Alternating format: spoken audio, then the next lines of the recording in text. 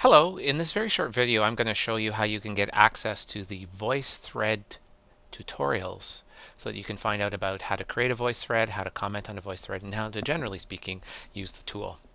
Here we are in a OWL site, and you'll notice that if you have a look at the left-hand column, there's many different options, but down at the bottom is the VoiceThread tab.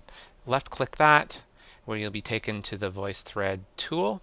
If you scroll down to the bottom of the page, you'll see that there are 3 links. On the right-hand side, by left-clicking on My Voice, you'll be taken to a new window that looks very much like this. If all your voice threads, any that you've created, will appear here. What we're looking for is this tab button.